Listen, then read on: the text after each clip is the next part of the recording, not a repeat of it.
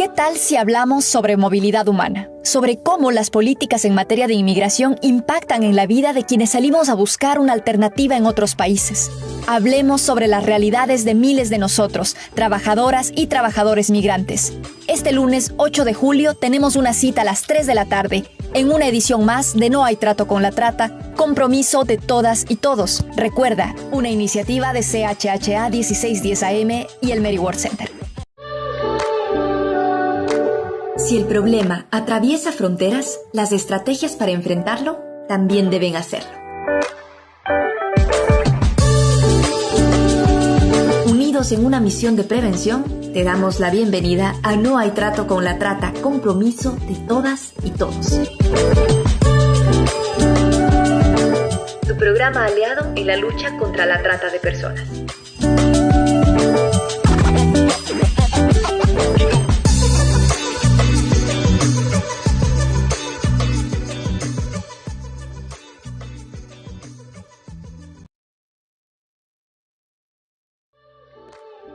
¿Qué tal si hablamos?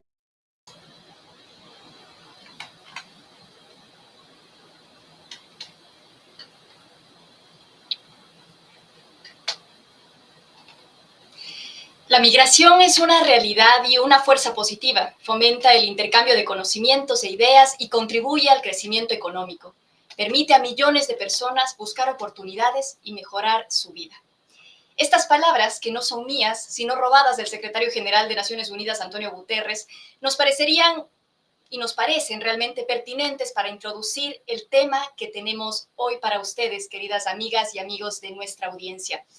Seguramente para ustedes también esto les sonará elemental, pero la realidad es que las políticas migratorias no siempre son lógicas o humanas, y por eso también el mismo Guterres continúa describiendo esto como una situación en la que la migración, por ejemplo, mal gobernada, es causa de grandes sufrimientos y obliga a las personas a entrar en el cruel reino de los traficantes, donde quedan expuestos a la explotación, los abusos e incluso la muerte. Dice Guterres que socava la confianza en la gobernanza y las instituciones, exacerba las tensiones sociales y corre nuestra humanidad común.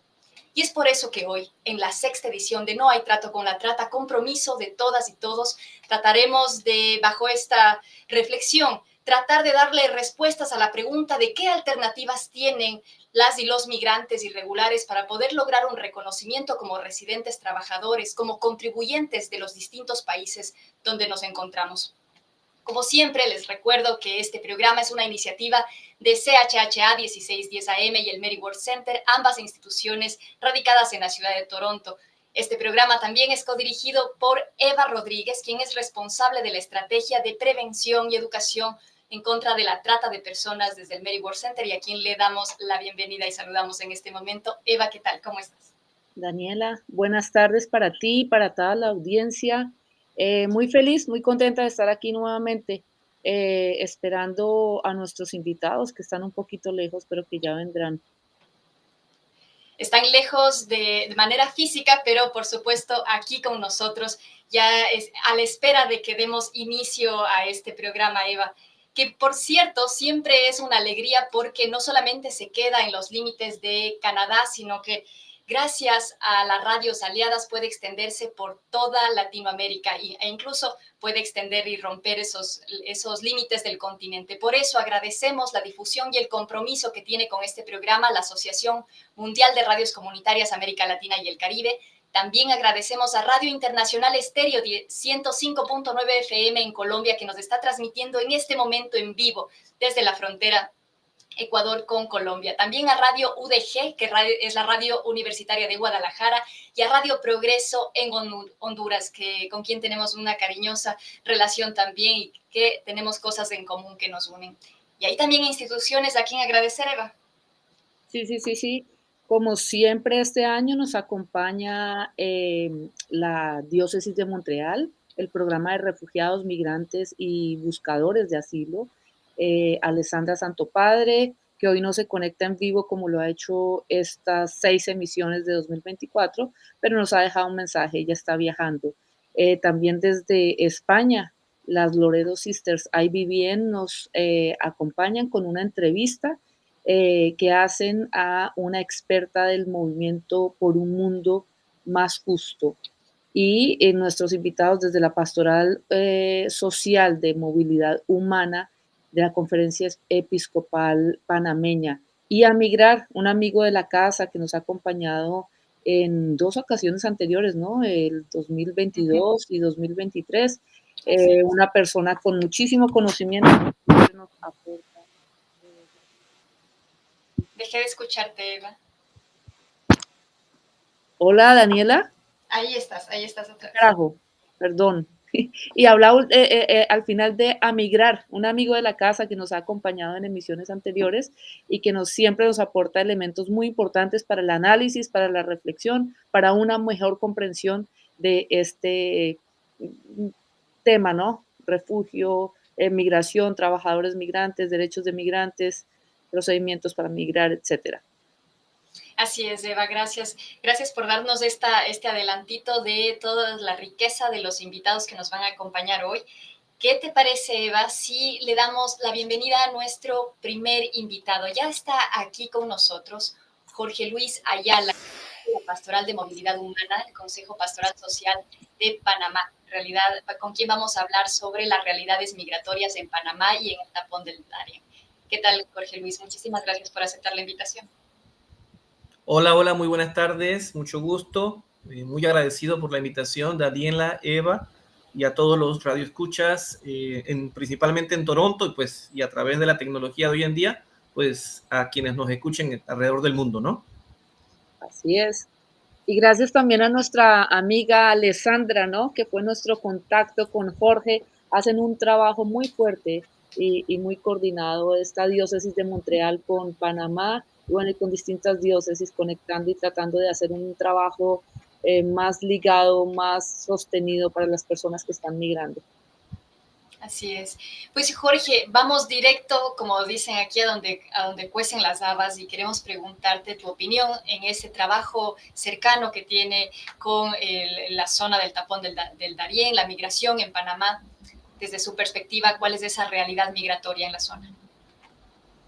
Bueno, sí, muchas gracias. Mira, cuando hablamos de migración en Panamá, normalmente observamos un fenómeno, si se me permite el concepto o la terminología de darienización de la migración. Es decir, claro, uno entiende que debido a la dimensión y la complejidad del fenómeno, pues uno tiende a ver solamente el Darién, pero en el tema migratorio, por ejemplo, también quiero aprovechar este espacio, como lo he hecho en muchos otros, para hablar acerca de la situación de migración de los migrantes que escogen a Panamá como país de destino, que también pasan muchísimas necesidades. Sin embargo, obviamente este programa está para hablar sobre el tema de Darién, que ha tomado mucha relevancia debido a los últimos acontecimientos. Panamá el 1 de julio cambió de gobierno y este nuevo gobierno habla de cerrar el tapón del Darién. Entonces, lo primero que debemos decir sobre esta realidad es que el uso inicial del tapón del Darién como un paso migratorio surge más o menos a final de la década de los 90. Si bien es cierto que desde que nosotros somos república, mantenemos, de acuerdo a la división política, un intercambio entre las comunidades indígenas y afros de toda la vida por esa región, no es sino hasta finales de los 90 que se utiliza esta área como una ruta migratoria al principio de las poblaciones colombianas que huían del conflicto interno. Sin embargo, entre el 2010 y el 2014, digamos, las autoridades empiezan a registrar una media de 2.400 personas migrantes que cruzan esta zona procedentes de diferentes países, especialmente Asia y África. Sin embargo, el primer repunte real que tuvimos, que da cara a este fenómeno como lo conocemos hoy, fue más o menos en el 2015 y 2016, cuando se registraron el ingreso de más o menos 30,000 personas al año. En ese momento eran cubanos y luego fue haitianos, hasta que en el 2021, más o menos, 2022 por allí, cambia la demografía y empiezan a cruzar el tapón del Darién personas de nacionalidad venezolana. Entonces, tenemos que desde el 2010 al 2022, por ejemplo, se han registrado 500.000 de personas ingresando. Y esa misma cifra, un poquito más, 520.085 personas, cruzaron solamente en el 2023. Es decir, ya a esta fecha ha cruzado más de 1 millón de personas por esta zona inhóspita, caracterizada pues por ser una selva, ¿no? Con todas las vicisitudes y problemáticas que presenta una zona con sus características. Wow. Daniela, ya hemos comentado en algunos programas anteriores de manera muy general, no con un conocimiento tan detallado como el que tiene Jorge Ayala desde Panamá, el asunto, ¿no? Incluso porque hemos entrevistado a otros expertos, ¿te acuerdas? Que tuvimos a una persona que está en Estados Unidos de Venezuela apoyando la migración de jóvenes y nos contaba sobre estos procesos y aquí tengo dos cosas para comentar y para preguntarte, Jorge. Revisando cifras sobre este fenómeno migratorio que cruza el tapón del Darién, que son como 160 kilómetros, ¿no? Entre Colombia y Panamá, revisaba unas cifras de la OIM, de la Organización Internacional para Migrantes, y decían que hasta 2022 se registraba un cruce de 250.000 personas que habían migrado y que solo en el primer trimestre del 2023 cruzaron por ahí 80.000 personas. Estas cifras, todas están, digamos, todas las personas que cruzan están contadas, aparecen en los registros legales, se escapan algunas personas que no están registradas y los números ya son bastante grandes.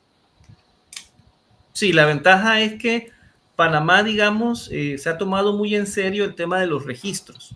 Además, porque llevaba adelante un proceso que se llama flujo controlado. Y en ese flujo controlado, ellos también aplicaban medidas de bioseguridad. Es decir, leían el iris de las personas para tratar de identificar alguna población que estuviera, digamos, que reflejara algún riesgo para las naciones. Un tema de seguridad, porque en Panamá se aplica el tema migratorio con un enfoque de seguridad. Sin embargo, precisamente una de las cosas que ha obligado a este gobierno nuevo a indicar el cierre es que, según manifiesta el presidente, de las 520.000 personas que cruzaron solamente el año pasado, de enero a diciembre, pasaron ya más de 500.000 de personas. Entonces, de esas 520.000, solo 21.000 pasaron por el registro biométrico.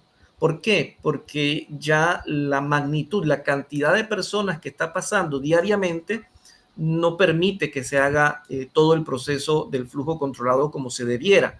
Y eso es una fuente de preocupación no solo para Panamá, sino también para los países de destino, especialmente Estados Unidos. Jorge, Eva, quisiera reservar las siguientes preguntas que tengamos respecto a este tema para profundizarlas después de conocer también el punto de vista que tiene nuestro segundo invitado acerca de esto. ¿Qué tal si ponemos más sobre la mesa y después establecemos un diálogo más enriquecido? Así que le damos la bienvenida a Luis Alberto Mata, quien da consulta en su oficina a Migrar. Él también fue coordinador general del Toronto Counter Human Trafficking Network desde el 2018 a 2022. Es una red con unas 27 organizaciones y más de 90 miembros entre investigadores, intelectuales, activistas como él mismo que trabajan en la ciudad de Toronto en contra de la vulnerabilidad de las personas migrantes, en contra de la trata de personas. Le damos la bienvenida. Luis Alberto Mata ya con nosotros. ¿Qué tal? ¿Cómo está? Gracias, Daniela. Contento de estar aquí y compartir y aprender un poco más sobre el tema y compartir alrededor de la situación de los migrantes y de las y los migrantes y de los trabajadores y las trabajadoras migrantes en Canadá. Saludo fraternal a Jorge Ayala de Panamá. Muy interesante su planteamiento. Tengo un par de comentarios alrededor, pero los haré en su momento. Y saludos a Eva, como siempre, por su amable invitación. Gracias, Luis, por estar aquí con nosotros. Cuéntanos un poquito sobre la situación de los migrantes sin estatus aquí en Canadá y, desde su punto de vista, qué alternativas hay para los migrantes para regularizar su situación, por ejemplo. Adelante. Sí, gracias, Daniela. Antes de entrar en concreto en el escenario canadiense, es importante en un minuto hacer un breve repaso en conexión con lo que estaba planteando Jorge. La movilidad humana es un fenómeno mundial que se está acrecentando cada vez más y será incluso más grave en el venidero futuro, dada la situación de pobreza, los problemas ambientales, las crisis ambientales que hay en el mundo por el cambio climático, pero también la situación de desempleo, inequidades y violencia y guerras. Millones de personas se lanzan a buscar otros escenarios de vida, otras oportunidades, y muchas de ellos terminan viviendo en la precariedad, en la pobreza, en el desarraigo y siendo aún más vulnerables aún que cuando estaban en sus propios territorios.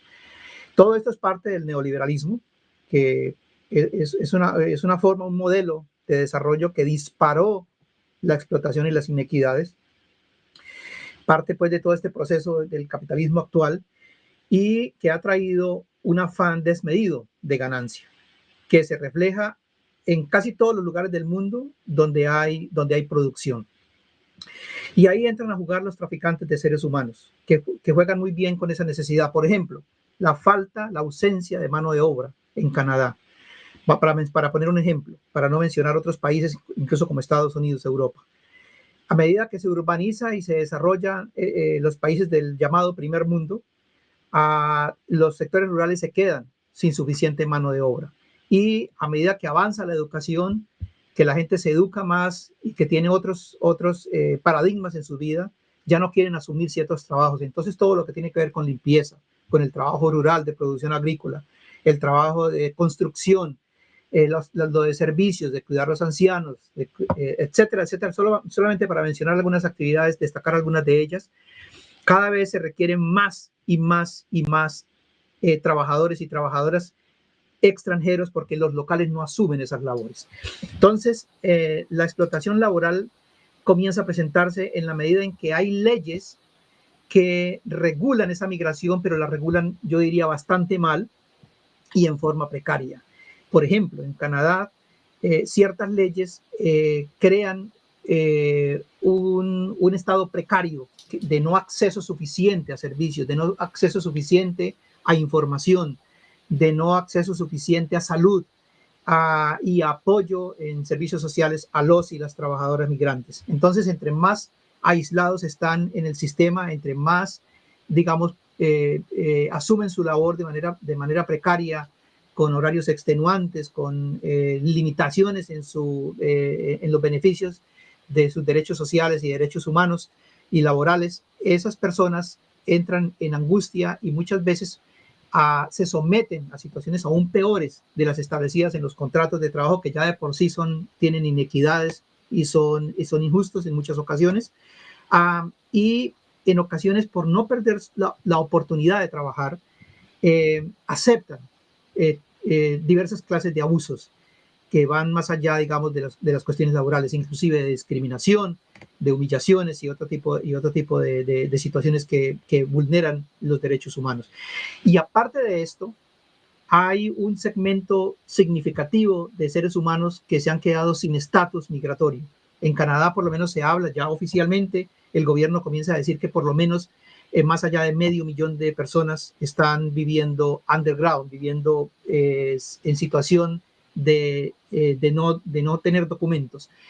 Y no están cuantificados todavía aún, no están censados, no hay como planteaba, por ejemplo, Jorge, una sistematización ordenada de esas personas que viven en esta situación, y organizaciones de base, defensoras de los derechos laborales y activistas que protegen y organizan y las trabajadoras migrantes están hablando de que por lo menos podría ser entre 800,000 y 1,000,000 de personas que viven a lo largo y ancho del país sin documentos. Entonces, con ese segmento de población en situación vulnerable, dispuesta a darlo todo y entregarse por todo para evitar ser deportados o para evitar tener que regresar otra vez a la situación de pobreza, de desempleo o a la situación de la que venían huyendo, digamos, se le facilita a los traficantes, a quienes se dedican a la trata de personas, para someterlos a la explotación laboral, a nuevas formas, yo diría, de feudalismo, a nuevas formas de esclavitud moderna, en las cuales hemos encontrado, por ejemplo, casos en que una persona está trabajando 17 horas del día, le contrataron para cuidar unos niños, pero resulta que al final terminó haciendo la limpieza, terminó cocinando, terminó cuidando al abuelo, y terminó haciendo una multitud de labores extra que no estaban en el trabajo, en el contrato inicial, y aparte de eso, on call se llama acá, o sea, que tiene que estar disponible para una llamada a cualquier hora, a cualquier momento. Estas personas no tienen vida, o sea, viven en una situación con un salario por debajo del mínimo muchas veces, sin respeto a su dignidad humana, trabajando horarios extenuantes y en esa situación. Y en el mundo rural y agrario, aún más, se presentan casos en los cuales trabajadoras, por ejemplo, en estos días hablaba con una trabajadora mexicana que tiene una lesión muy grave en su espalda. Ella, su sueño dorado es traer a su hija que está en México. Ese es su sueño dorado. Es una madre single mother, una madre soltera, y su niña la ha dejado con la abuela. Entonces, antes de que la niña comience a ser teenager, ella de adolescente, quiere traerla para tenerla en ese país, y para eso ella quiere buscar una residencia permanente. Entonces hay un programa que se llama AgriFood Pilot, que es un programa que es temporal, que permite la posibilidad de obtener la residencia, pero tiene un significativo número de condiciones. Ella, teniendo una lesión, tiene que tener acumulados una cantidad específica de horas de trabajo bajo ese permiso de trabajo actual. Y ella me decía, ya no aguanto más, mi dolor es inmenso, no lo tolero, mi espalda siento que ya no es mía, el dolor no me deja dormir, pero si yo paro ahora, no acumulo las horas que necesito, y entonces la posibilidad de traer mi hija se hacen más imposibles.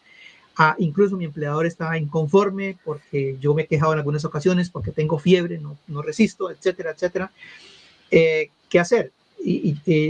Yo le comentaba, pues lo único sería aplicar para otra cosa diferente, un permiso de trabajo abierto para trabajadores vulnerables, pero si pierdes el trabajo, ya no continúas acumulando las horas, entonces tiene que ser una decisión tuya, de acuerdo a tu cuerpo y a tu capacidad y a tus posibilidades. O sea, es muy tremendo no poder tomar una decisión que sea, digamos, de más ayuda para una persona como esta.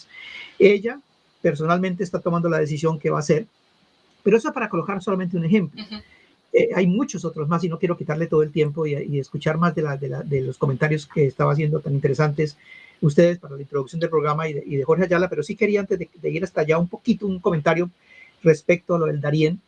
En 1994 comenzó un proceso acelerado de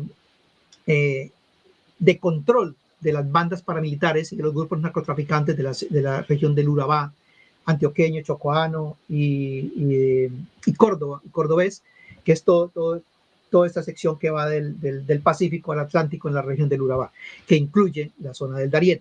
En Colombia. En Colombia. Ese proceso se aceleró después entre el 2002 y el 2010 con la presidencia del doctor Álvaro Uribe Vélez, y la consolidación y el establecimiento permanente y total y el control de la vida en los más mínimos detalles de las poblaciones locales por parte del paramilitarismo y de las bandas de narcotraficantes, generó un espacio propicio para que los traficantes de seres humanos también entraran en vigor y aprovecharan, digamos, de por sí la pobre presencia anterior y ahora totalmente desaparecida entre el 2004, del 94 al 2010 del gobierno en esa región, y eso generó la posibilidad de que muchas personas entendieran ese paso como una posibilidad más rápida para llegar a su sueño dorado, que es seguir hacia el norte. Luis, esa noticia se regó, y así es como llegan africanos y llegan de muchos lugares del mundo a través de esa región para avanzar hacia el norte. Pero quería hacer solamente ese comentario de que la presencia del paramilitarismo y del narcotráfico jugó un rol fundamental en la consolidación del tráfico de seres humanos en esa región.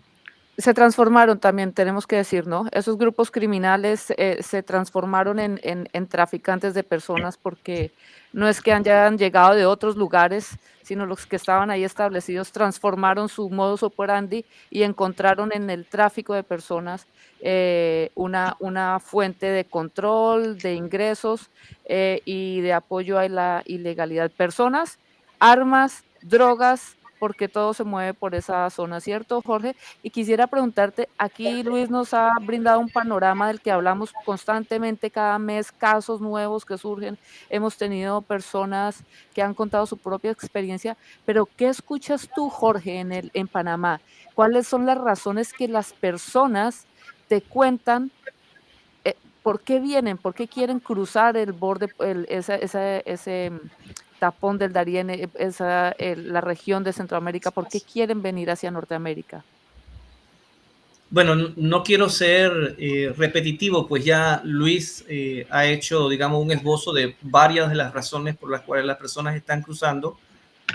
También podría adicionar a ellas el tema de la falta de, digamos, de vías legales para que las personas puedan utilizar otras vías. Por ejemplo, la falta de visados, ¿no? Las personas no pueden comprar un boleto aéreo hacia México, hacia cualquier país de Centroamérica para tratar de evitar el cruce por el tapón del Darién, porque si bien es cierto, muchos de los que están cruzando por Darién son personas que no tienen los recursos, otros no, otros viajan y pagan por la ruta. Es decir, al final todos y cada uno de los que han cruzado han tenido que pagar algo, pero hay quienes pagan grandes sumas de dinero. Se habla de hasta $3,000 por el cruce en algunas rutas VIP, en donde desde los puertos de las comunidades de Colombia hacia Lito, incluso viajan en mototaxi, viajan en caballo, etcétera, y utilizando guías que cargan las mochilas y cargan todos los implementos, mientras que el que no tiene recursos tiene que hacer todo ese tramo a pie hasta el hito de Panamá con Colombia, en Chucurtí, el lugar precisamente donde han puesto cercas. Actualmente se ven videos de redes sociales que Panamá ha puesto unas cercas, unas serpentinas con alambre de púas para evitar el cruce. Son más o menos 80 metros de serpentina que se han colocado para evitar que las personas entren por 3 diferentes rutas y canalizarlos hacia una cuarta que se llama Cañas Blancas.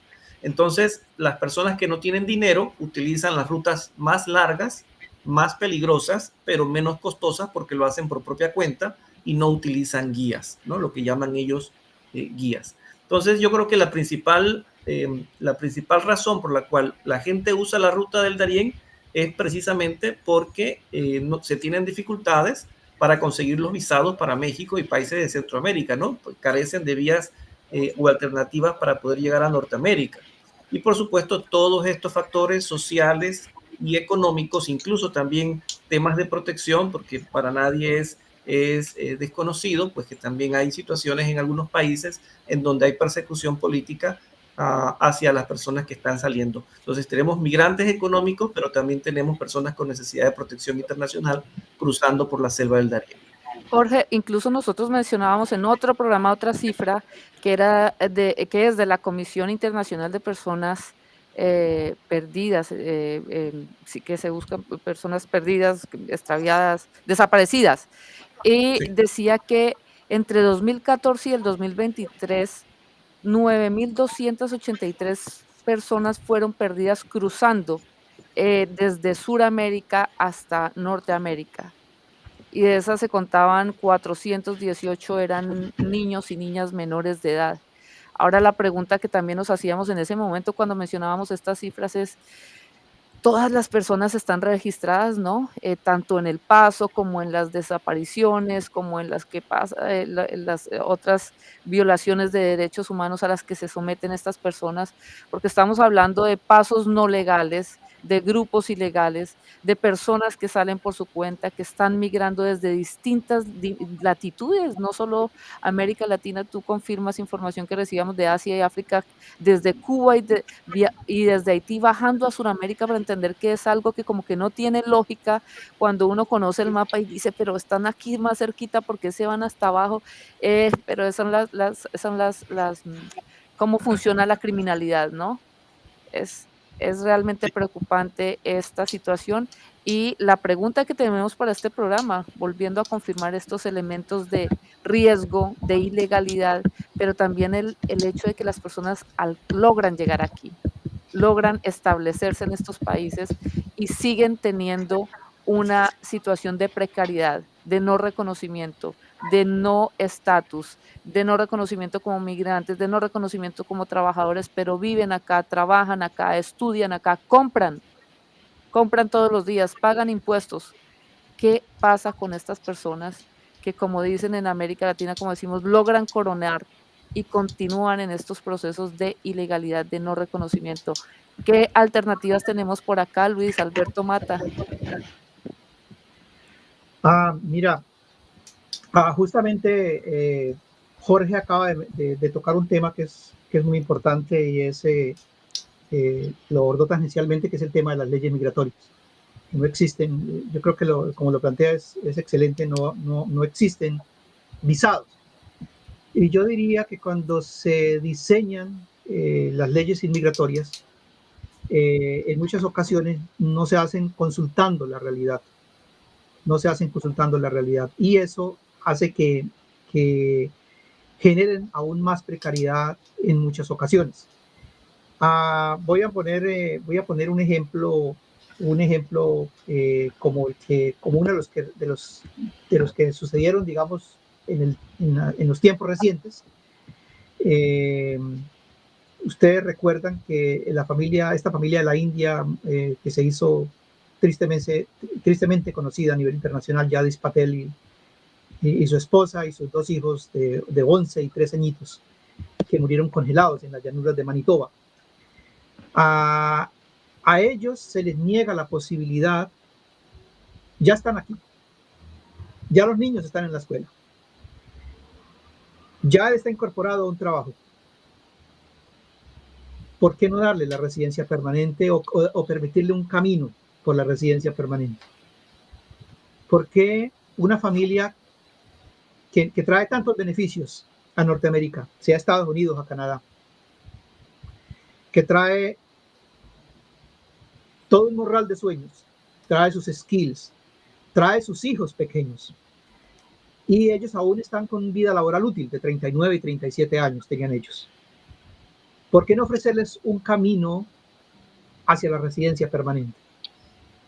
En su angustia, en su desespero, sintiendo la posible deportación encima, que ya estaba anunciada, se lanzan a pasar la frontera en el invierno y mueren congelados. Los dos esposos y los dos niños. Este drama es solamente para tratar de mostrar cómo, cuando las leyes migratorias son injustas o no están diseñadas consultando la realidad, generan desespero y acciones desesperadas en la gente. Si existieran más visados, se abrieran más las compuertas a la migración legal. Nadie está hablando aquí del desorden, nadie está hablando aquí que se abra pues de par en par las puertas como en la locura, pero sí que se amplíe un poco más, y sobre todo que se tengan en cuenta sectores que están necesitando urgentemente a tener esas oportunidades de migración ordenada, porque están sufriendo persecución, porque están siendo lanzados por la situación del clima, en las tragedias ambientales, etcétera, etcétera. Pero si el diseño de las leyes hace que tengamos un volumen increíble de profesionales, pero no tenemos el volumen que necesitamos de gente que haga ciertas labores específicas, terminamos poniendo profesionales, o sea, perdiendo la utilidad de gente que ha gastado muchos años y mucha inversión en su dinero, en sus estudios, a que conduzcan un taxi. No estoy diciendo que sean trabajos indignos, lo que estoy diciendo es que si una persona hizo una inversión significativa en su vida, en un ámbito profesional pues debería trabajar en ese ámbito, pero si no hay posibilidades laborales en ese, se lanza a donde las hay. Y ese que las hay, que son todas las labores, lo que llaman aquí los trades, los trabajos manuales, la agricultura, la factoría, la producción en general, todos esos sectores que tienen una ausencia inmensa de mano de obra, están en la necesidad de tener más y más y más trabajadores para mantener el nivel de desarrollo y tener el nivel de economía del país. Pero si no nutrimos esos sectores con los y las trabajadoras que se necesitan, pues siempre va a haber esa necesidad y siempre los traficantes de seres humanos entonces van a aprovechar para tratar de suplir y llenar esos huecos trayendo de manera irregular gente. Las leyes de inmigración tienen que ser adaptadas a las nuevas realidades. Tenemos que dar paso a una entrevista que nos va a tomar un poquito de tiempo, pero para hacer un intro a esa entrevista y en continuidad con lo que ustedes están comentando, quisiera preguntarles brevemente su opinión sobre los programas o las propuestas de programas de regularización masiva que hay aquí en Canadá, Estatus para Todos, en Panamá, no sé si existen movimientos o propuestas de regularización masiva también. ¿Cuál es la opinión que les merecen cada una de sus realidades? Quizá podemos empezar, Jorge, con usted.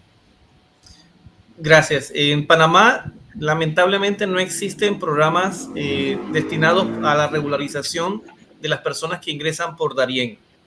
Ni siquiera existen programas, digamos, que atiendan, como dice Luis, a la realidad para poder regularizar a las personas que se encuentran en situación irregular residiendo en Panamá. Cabe destacar que de las personas que entran por Darién, mucho menos del 1% desean permanecer y tampoco hay opciones para hacerlo. Por lo tanto, casi que el 99,99% de los que cruzaron, todos atraviesan el país para llegar a México por lo menos, o si es posible a Estados Unidos y Canadá. Entonces, Panamá tiene una ley de enfoque de seguridad nacional y también económico, de tal manera que las personas pobres no pueden regularizarse. Los procesos son muy costosos y además el otro tema también es que hay profesiones, hay más de 50 profesiones que están vetadas al extranjero. Por ejemplo, un doctor, un maestro, es decir, hay más de 50 profesiones que no pueden ser ejercidas por extranjeros, aunque tengan residencia permanente. Entonces, la ley no está hecha para poder acoger a estas personas que están migrando. ¿Y existe alguna propuesta de movimientos sociales, de activistas que plantee alguna propuesta de regularización masiva? Mira, Panamá no tiene movimientos sociales. Realmente es muy débil en el aspecto de migración, en el aspecto de la atención a los migrantes y la realidad de los migrantes. La sociedad civil es muy débil. Incluso nosotros como iglesia quedamos pero muy limitados porque no tenemos recursos, si acaso, para brindar algo de asistencia humanitaria. Entonces es muy poco lo que podemos hacer en el tema de incidencia. Gracias, Jorge. Luis Alberto. Sí, en el caso nuestro en Canadá, que es digamos, recipient, es no, digamos, país de tránsito, aunque sí somos país de tránsito un poco por la gente que viene buscando conectarse con sus familias que viven en Estados Unidos y pueden entrar por Canadá en ocasiones. Existe un movimiento nacional que se llama el Migrant Rights Network, la Red Nacional de Trabajadores y Trabajadoras Migrantes, y también tenemos una organización que se llama Migrant Workers Alliance, el Migrante, que es federal, pero también tiene dos capítulos muy poderosos, Migrante Alberta y Migrante Ontario, el Migrant Resource Center of Canada y Watari en BC, para mencionar solamente algunos, y No One is Illegal, y el Canadian Council of Refugees, para mencionar algunos, incluso organizaciones más pequeñas que hacen advocacy, como por ejemplo el Collaborative Network to End Exploitation, la red colaborativa para finalizar la explotación laboral, que también tiene presencia de la iglesia, de las iglesias. Todas estas organizaciones en ocasiones de manera separada, individual, pero en muchas ocasiones de manera conjunta, han lanzado un llamado nacional, y algunas de ellas haciendo movilizaciones significativas a lo largo y ancho del país, convocando a que haya una regularización. Primero había una campaña para que hubieran permisos de trabajo abiertos, no cerrados. O sea, el permiso de trabajo cerrado es un permiso que viene atado a un empleador exclusivamente, y eso hace que el trabajador sea más vulnerable porque tiene que quedarse allí y someterse muchas veces a situaciones de abusos. Pero después la campaña se amplió y se empezó a pedir regularización, porque ya es tiempo de hacer una regularización en el país, cuando se habla de cerca de 1 millón de personas viviendo en situación precaria. El gobierno hizo un compromiso voluntario, no hubo un documento, pero anunció en el 2020 que estaba dispuesto a hacer una regularización, a adelantar un proceso de regularización. Ha venido postergando esta decisión, han sucedido 4 años. Y lo único que ha producido el gobierno han sido programas piloto, o sea, programas temporales. Y con un volumen, con un número pequeño. Por ejemplo, se creó un programa que incluía un espacio para 10.000 personas y estaban 3 países allí, Venezuela, Haití y Colombia. Lo cual, pues, causaba casi que risa, porque se requeriría un programa de, digamos, de unas 300 o 400.000 personas para esos 3 países, no más, no 10.000 personas. Eso no tiene sentido. Es simbólico. Sí, exactamente. Entonces, lo que le estamos pidiendo al gobierno, quienes hacemos parte de esos networks, es que son networks absolutamente pacíficos, que hacen lobby, que lo más grande, que lo más provocativo que han hecho son marchas, pero que sí se levantan la voz permanentemente, elaboran cartas, visitan a los parlamentarios, etcétera, etcétera. Es que el gobierno entre en conciencia y que cumpla con su palabra dada en el 2020, reafirmada en el 2022 e inclusive a comienzos del 2024 el gobierno dijo que estaba próximo a tomar una decisión, pero ya se está terminando el tiempo y ahora, a medida que se acerquen las nuevas elecciones, seguramente que no va a tomar una decisión porque no va a querer tomar esa decisión antes y va a dejarle eso al próximo gobierno. Se sigue postergando una solución que es un grito a pulmón entero elevado hasta el cielo por cientos de miles de personas en Canadá, de las más diversas matices y organizaciones, desde las iglesias hasta los mismos trabajadores y trabajadoras migrantes organizados, como en el Migrant Resource Center o como Migrante, por ejemplo, que han estado diciendo, mire, nosotros hemos entregado, hoy tengo, por ejemplo, para colocar un ejemplo, escuchando a un trabajador en estos días, me decía, Luis, yo tengo ahora, me acerco a los 47 años, 47 o 49 años, no recuerdo, de los cuales he venido 14 años a este país. O sea, he dado lo mejor de mi vida, ya mis manos y mi cuerpo está cansado. Y yo creo que me merezco la oportunidad de tener un documento en Canadá. Desafortunadamente, esos programas pilotos o esos programas de trabajo temporal en Canadá que no conducen a la residencia permanente llegan a un punto en que terminan y ya el trabajador no es invitado nuevamente a que venga. O sea, se busca a alguien más joven, más fuerte, de nuevo. O sea, se comienza el ciclo. Entonces, una persona que le ha dado la vida a este país, produciendo, construyendo nuestras casas, cuidando a nuestros ancianos, fabricando en las factorías, etcétera, debería tener una regularización, debería. Y algunos de ellos llevan hasta 20 años y muchos de ellos llevan más de 10 años Luis, viviendo en el anonimato y sin documentos. Necesitamos una regularización a pulmón entero, se está pidiendo en Canadá. Luis, ahí lo que ocurre en Canadá ocurre en otras latitudes.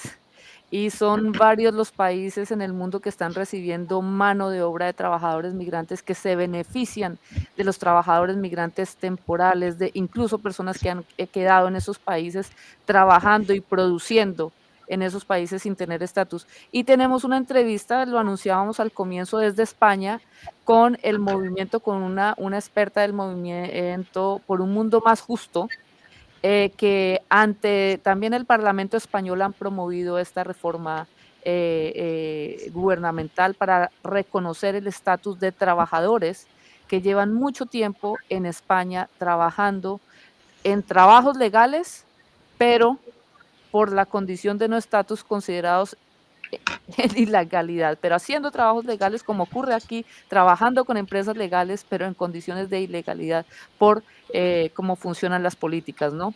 Muchos años. Entonces vamos a escucharla, la tenemos lista, ¿cierto, Daniela? Y ahí nos dan otros elementos para el análisis también de lo que pasa en el mundo. Mucha gente de Latinoamérica va para España también. Ok, presentamos a Raquel Torrejón, entrevistada por Marta Santos del IBBA. Buenos días, nuevamente con ustedes desde Madrid, España, en este programa que les acerca temas de interés para todas aquellas personas que están en una situación de migración, que han salido de sus países en busca de trabajo o que están pensando hacerlo, porque migrar y hacerlo de forma segura es un derecho.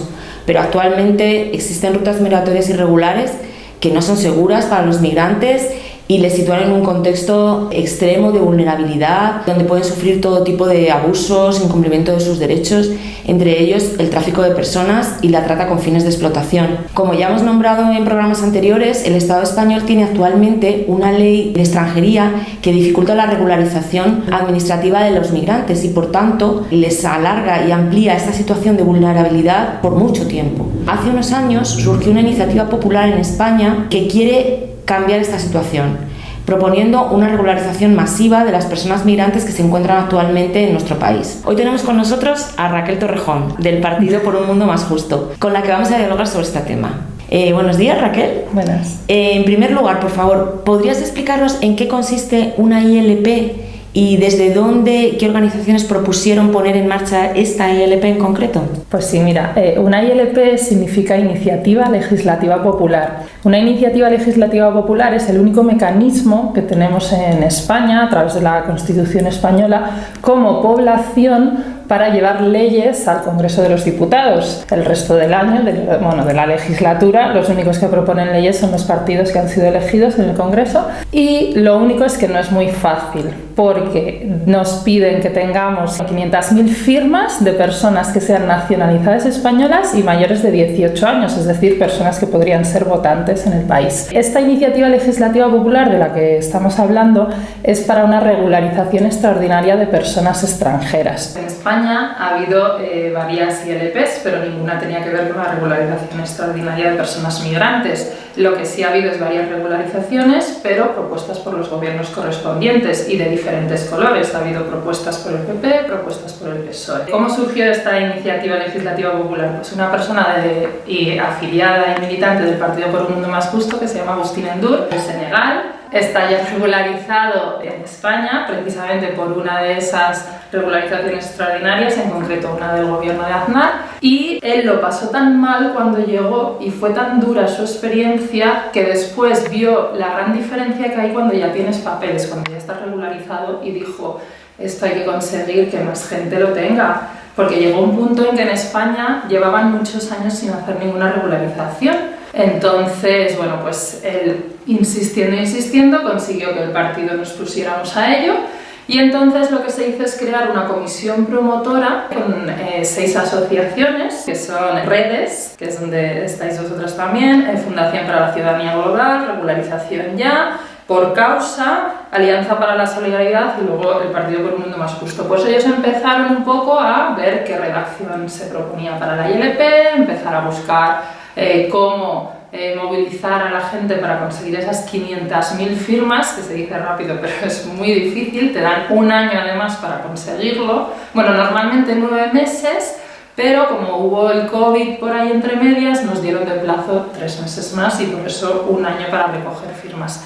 Y bueno, se consiguió al final unir a 900 asociaciones de todos los colores muy diferentes para conseguir esas 500.000 firmas. ¿Cuál es la propuesta concreta que se propone debatir en el Congreso? La ILP tienes que llevar un texto efectivamente súper concreto y que además te hayan validado antes como posible para luego debatir como una posible ley en el Congreso. Os voy a leer exactamente lo que hemos puesto porque el proceso no fue fácil. Hasta la tercera propuesta no nos la dieron por válida porque al principio, claro, nosotros un poco inocentes de querer cambiar la realidad de la migración a un nivel más amplio, queríamos como incluso modificar la ley de extranjería.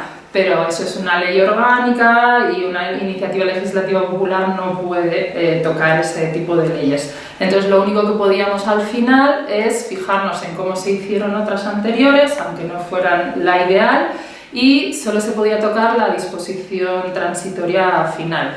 Entonces nuestra propuesta literalmente dice: se modifica la disposición transitoria primera de la Ley Orgánica 4/2000 de 11 de enero sobre derechos y libertades de los extranjeros en España y su integración social con la siguiente redacción. Disposición transitoria primera, regularización de extranjeros que se encuentren en España. El Gobierno, mediante Real Decreto, establecerá en el plazo de 6 meses un procedimiento para la regularización de los extranjeros que se encuentren en territorio español antes del día 1 de noviembre de 2021. En realidad esta ILP, cuando se aplique, cuando la debatan y ya decidan al final cómo queda exactamente, lo más seguro es que quede lo más parecido a otras que ha habido antes, que es reducir ese tiempo en el que hay que demostrar que llevas residiendo en España, que tienes un contrato laboral. Entonces, bueno, en vez de esos amplios plazos que da la legislación actual, pues esto lo que haría es que durante un periodo, si tú has demostrado que llevas a lo mejor 6 meses en España y que esos 6 meses has tenido un contrato, pues ya accedes a esta regularización. Explícanos en concreto por qué es necesaria la regularización de las personas migrantes, de los trabajadores esenciales, que es otra forma en que se les nombra a lo largo de todo este proceso de ILP, y qué beneficios sociales, económicos, culturales, etcétera, tiene para nuestro país. Esta ILP tiene sentido sobre todo porque ha llegado un punto en la sociedad española en donde hay más de 500.000 personas migrantes que no están regularizadas, pero que ya están viviendo en el país, que están trabajando, aunque de manera irregular, porque no hay otra forma, porque esto es un círculo vicioso. Si no tienes contrato, no puedo darte los papeles, pero no puedo darte un trabajo legal si no tienes los papeles y, bueno, que al final es todo complicar administrativamente y poner trabas. Esas personas realmente además están haciendo trabajos, como decías, esenciales. Y esos trabajos son sobre todo de cuidados, del sector de la hostelería, del sector de la construcción, trabajos que en el mercado laboral, tal y como está ahora estructurado en España, no hay población española que lo pueda cubrir, con lo cual es esencial que esas personas sean regularizadas. ¿Por qué? Pues por muchos motivos. El principal, por derechos humanos. O sea, no podemos consentir que haya personas en nuestro país que estén consideradas como personas de menor categoría, que no tengan derechos básicos. Hay muchos factores que están haciendo que esas personas estén al final a otro nivel, que si estuvieran regularizados, tuvieran un trabajo digno, pues podrían ser considerados con una vida más digna e incluso de contribuir a la sociedad, porque es que hay otra parte que es la que solemos contar a la gente más escéptica, que es la parte económica. O sea, si tú tienes a todas estas personas regularizadas, esas personas tienen un contrato y con ese contrato están contribuyendo de doble manera al círculo de la economía. Y es, por un lado, que tienen un sueldo más digno, por tanto, si tienen un sueldo, ya tienen sus gastos y pueden contribuir a la circulación de la economía.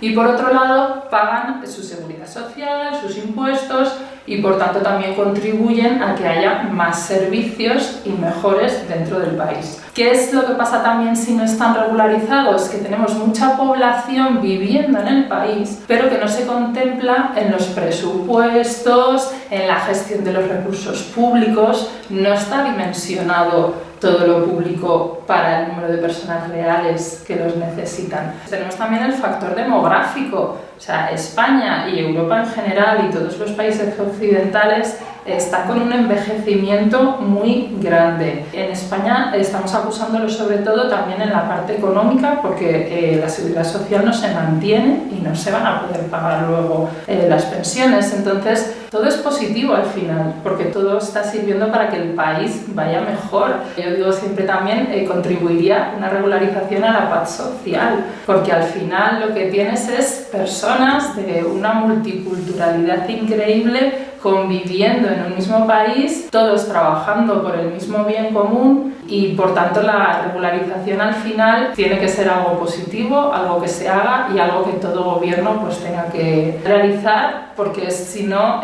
mirar para otro lado, no querer ver la realidad e incluso tirarse piedras contra su propio tejado porque estás impidiendo que tu economía vaya mejor, que tu sociedad esté funcionando mejor y que la gestión pública se pueda realizar de una manera más correcta. ¿Y en qué situación está actualmente el proceso de aprobación de la ILP en el Congreso? Este febrero se presentó en el Congreso, es decir, una vez que tú has recogido las firmas, llevas esas firmas a validar. Por cierto, ha sido la ILP con más firmas de toda la historia de la democracia española. Lo presentas en la comisión correspondiente del Congreso de los Diputados. Tú presentas pues un poco más en detalle de lo que he hecho yo hoy, las razones, por qué se debería hacer, cuál es el texto concreto que habría que hacer. Y una vez que ya ha pasado ese trámite, que ahí votan sí, o sea, no votan nada en realidad, lo que hacen es decir que votarían el día que se presente en el Congreso, porque eso es como un poco dar a conocer la ILP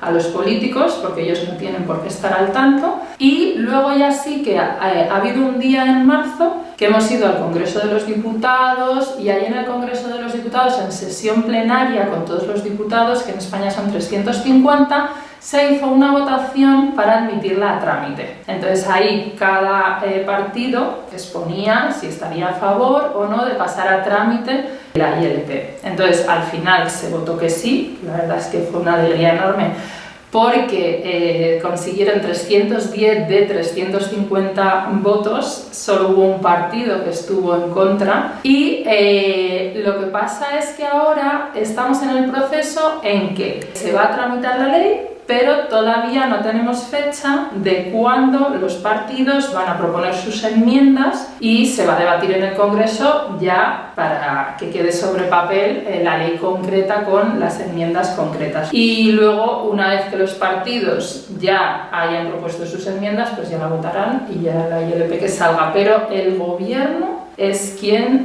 tiene la última potestad para decidir ponerla en práctica y cómo y cuándo. O sea, en el momento que se apruebe, además, se comprometen, claro, en un plazo de un tiempo a ponerlo. Normalmente suelen ser 3 meses. Bueno, muchas gracias, Raquel. Seguiremos atentos a este proceso, informando, promoviendo la reflexión y apoyando esta iniciativa, que es muy importante para toda nuestra sociedad. Pues muchas gracias. Bueno, Daniela, en otro lado también están con el mismo tema, luchando y buscando cómo apoyar a todas estas personas migrantes como nosotros, trabajadores migrantes, personas que estamos en otras latitudes, pero tratando de hacer el mejor aporte para los países a los que hemos llegado. Y yo, para terminar mi cierre, para no volver a quitar más tiempo, quisiera mencionar como 3 puntos. Uno es decirle a la audiencia en América Latina, acuérdense que transmitimos a través de la red AMARC, de la Asociación Mundial de Radios Comunitarias, que están transmitiendo, van a transmitir, ellos transmiten en cada momento que les parece mejor, alrededor de 1000 emisoras comunitarias que nos van a estar escuchando. Entonces, a la gente en América Latina, recuerden que la vida es, tenemos que cuidarla, que tenemos derechos humanos, que migrar es un derecho, pero hay que hacerlo de manera segura. Hay que evitar los mayores riesgos posibles, que no, digamos, existen presiones, como ya lo mencionábamos, de tipo económico, de seguridad, pero las vías ilegales, las vías que están ofreciendo estas bandas criminales no son las mejores. Desafortunadamente, en el mundo entero existe un alto flujo migratorio actualmente. Yo creo que las políticas de los países no están adaptadas para lo que está ocurriendo en este momento. Yo leía lo que ocurre en Canadá y, por ejemplo, la política para trabajadores temporales migrantes desde 1972 y no se ha hecho una actualización. Los países como que no esperaban, como decía Eduardo Galeano, hace años, hace como 40 años, 30 años, va a haber un altísimo flujo de migración del sur al norte, porque la necesidad va a aumentar y los países no van a estar preparados. Pero nosotros tenemos que cuidarnos, tenemos que cuidar nuestra vida, nuestra dignidad y proteger nuestros derechos humanos. Gracias, Eva. 30 segunditos para concluir. Una disculpa porque siempre nos quedamos cortos de tiempo, pero Jorge, por favor, permítanos su reflexión final. Bueno, sea cual sea la ruta, el viaje es extremadamente peligroso, sobre todo por la geografía de la selva del Darién, y aunque los servicios y el apoyo humanitario que allí existen son útiles e importantes, resultan totalmente insuficientes, dados los limitados recursos y el gran número de personas y las condiciones en que están cruzando. Entonces, para nosotros es imprescindible aunar los esfuerzos tanto a escala regional como en los países de origen para abordar las causas profundas de los desplazamientos forzados y la migración irregular, para lo cual se requiere también mayor solidaridad, cooperación internacional y responsabilidad compartida. Y bueno, termino con lo que dice el Papa sobre los migrantes en Darién hacia la Iglesia Católica. Los animo a trabajar incansablemente para que sea posible erradicar esta indiferencia, de tal manera que cuando un hermano o una hermana migrante llegue, encuentre en la iglesia un lugar donde no se sienta juzgado, sino acogido, donde pueda calmar el hambre y la sed y revivir su esperanza. Gracias. Muchísimas gracias, Jorge Luis Ayala, de la Pastoral de Movilidad Humana, Consejo Pastoral Social de Panamá. Luis Alberto, por favor, su reflexión final. Estás mute. Está en mute.